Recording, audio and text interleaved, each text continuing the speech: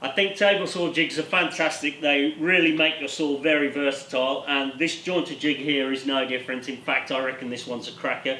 I made it many years ago. It's had a lot of use.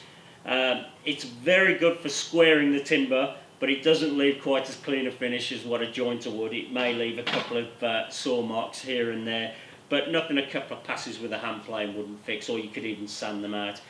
This one here, I didn't do a fantastic job of. It's not bad and it's definitely usable, but it's not quite square here and there, and that's because I used reclaimed plywood and it had already been forming concrete, which wasn't a good idea.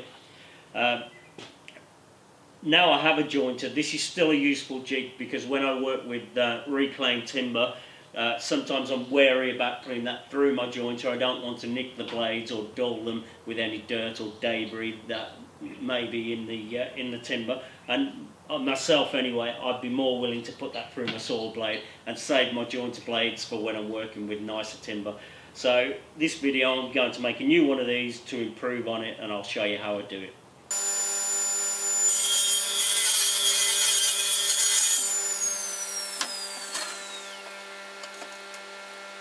Next we need to put a recess in the face of the fence, and that's for the blade and the riving knife to sit inside so they become flush with the face of the fence. So I've hired the blade all the way up so I can mark off where it's got to go, just roughly a little bit over. And to make that cut, then what we do is we'll lower the blade back down, we'll set this fence up so it's just over the top of the blade, and we'll raise the blade up and make that cut. If you haven't got a riving knife, then that's all you have to do, make that one cut and you're done, no worries at all. But if you've got a riving knife, you could actually remove it every time you want to use this jig and just make that one cut, but that's a bit of a pain because you want the jig to be easy to use. So what we'll have to do is we'll remove the riving knife, we'll do the same thing, we'll make a cut, but we'll make the first cut over the top of where the riving knife should be, and then we'll push the fence through and make that recess longer so it accommodates both.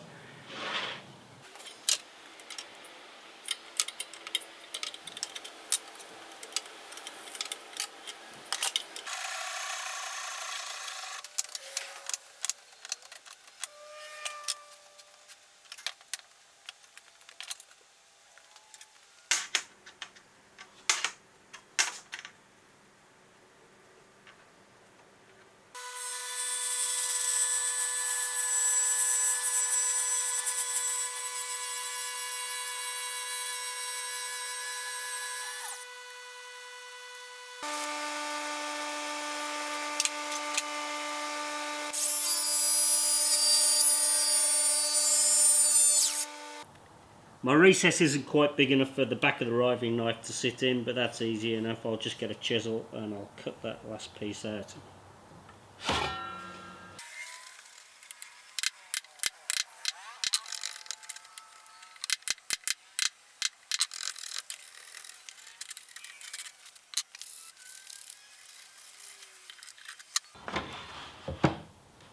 Now I need to cut a top piece and a side piece, basically to make a box, and then the whole thing will slide over the top of this fence here.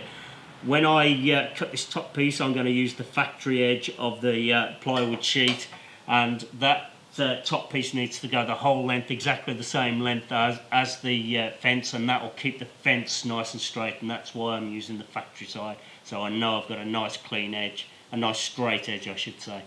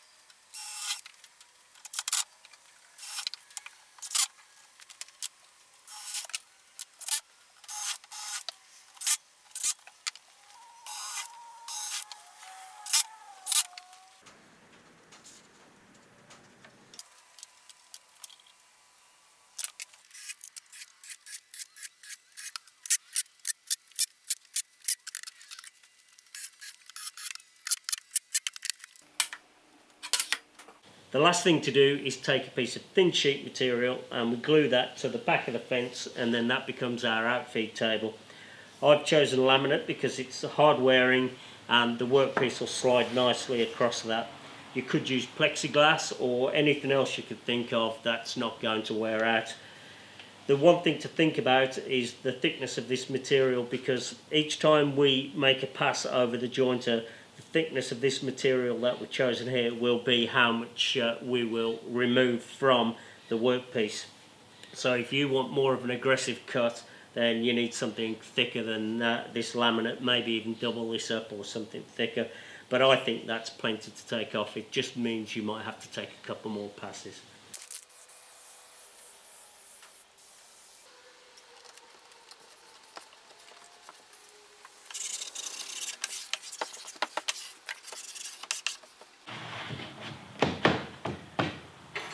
So before we start, just make sure that it's square, which it is, and it should be if you've built it correctly.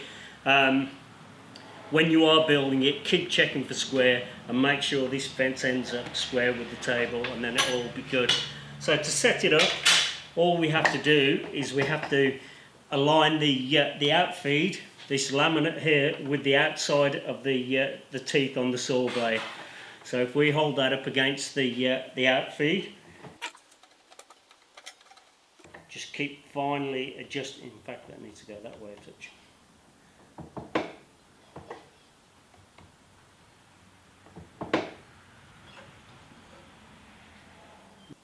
And that should be good.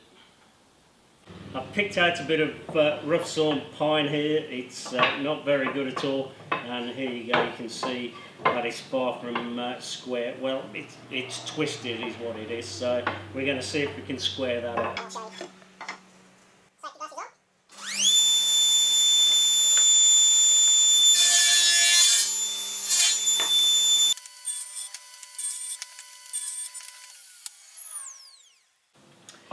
So that's one face, so now we need to square that face up, and I don't know whether you can see that, but there's a real twist on there, so we'll square the next face up.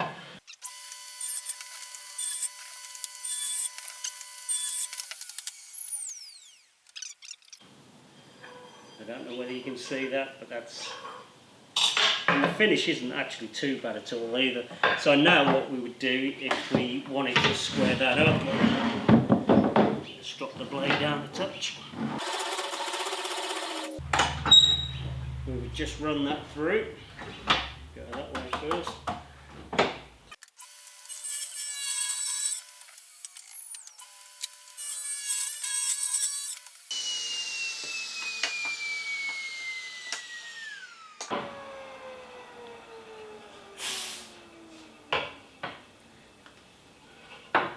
So that turned out great. It's square and it's flat, and that was an extremely twisted piece of timber. That's why I chose it, just to show what it can do.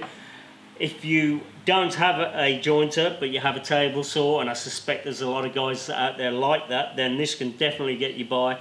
It's not as good as a jointer. You can't adjust the depth, and it doesn't leave as clean a finish, but it does square your timber up, so it will, like I say, it will get you by. So hopefully that was useful to somebody.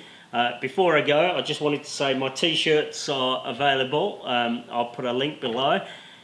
If anybody gets one, then that really helps me out, and thank you for that. If it's not your thing, then don't worry about it. Keep watching my videos and hopefully you enjoy them. So thanks for watching, and I'll see you on the next one.